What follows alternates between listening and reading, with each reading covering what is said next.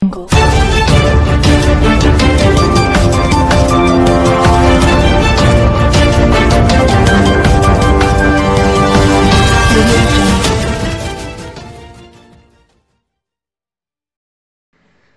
علیکم۔ Asia 41 news کے ساتھ میں ہوں آپ کی میزبان امنا عباس۔ خبر شامل کرتے ہیں اسلام آباد سے ہمارے بیورو چیف پنجاب حسین شاہ قادری کے مطابق اسلام آباد جمہوری وطن پارٹی کا 24 تا 25 جولائی 2 روزہ اہم اجلاس منعقد ہوا، جس کی صدارت سربراہ جمہوری وطن پارٹی نواب زادہ شہزین بھگٹی نے کی۔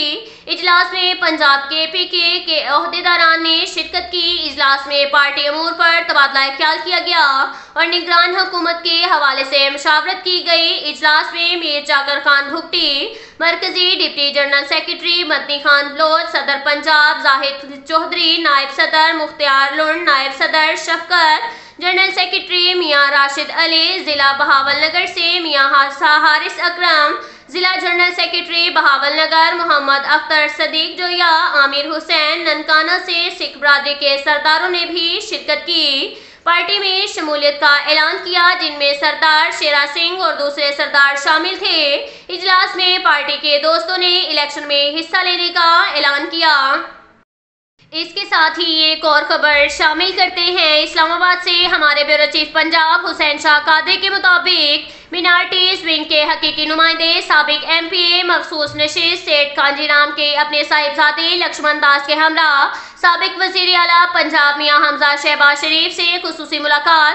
میاں حمزہ شہباز کو تمام کیسز سے باعزت بری ہونے پر مبارکباد اور خوبصورت پھولوں کا دستہ پیش کیا۔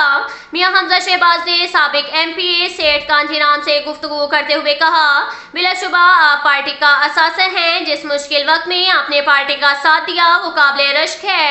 آپ بالکل مطمئن رہیں، وقت آنے پر پارٹی آپ کی وفاؤں کا صلہ دے گی اور وہ وقت دور نہیں جب میاں محمد نواز شریف چوتھی مرتبہ اسلامی جمہوریہ پاکستان کے وزیر اعظم ہوں گے۔ سیٹھ کانجی رام نے شریف فیملی کے لیے نیک خواہشات کا اظہار کرتے ہوئے کہا، ہم نے نہ قائد بدلا ہے اور نہ ہی بدلیں گے، تمام مینارٹیز متحد ہیں۔